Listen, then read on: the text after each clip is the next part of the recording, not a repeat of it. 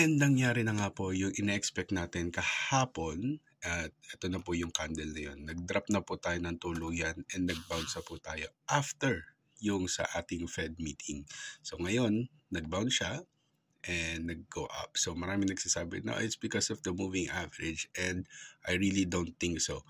It's because I've been predicting yesterday as well at sinabi ko sa inyo na we will be bouncing here at the 236. But the question is, dun ba natatapos yon? But before we go with that one, I want to show you my predictions yesterday.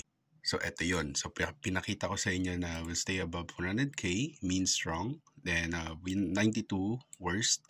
Then lahat to tinake action ko, and bumili ako ng maraming Bitcoin para sa Meraki. Tinransfer ko na rin yung iba. Pero yung iba na trigger na rin. Yung isa na lang ang hindi pa na-trigger, which is at the 93,500, just to be lenient with the market.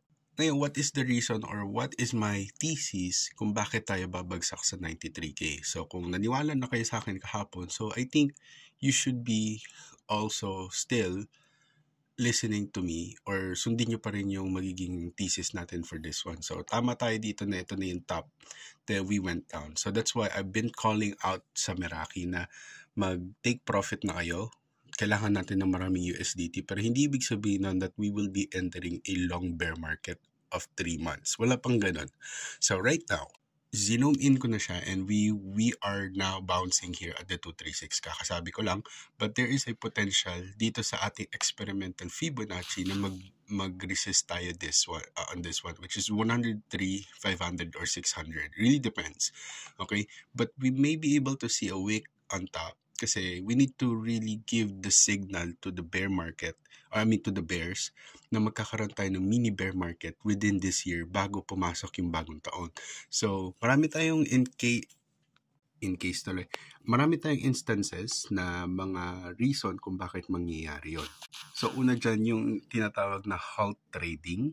Then, of course, holiday, so walang magti-trade.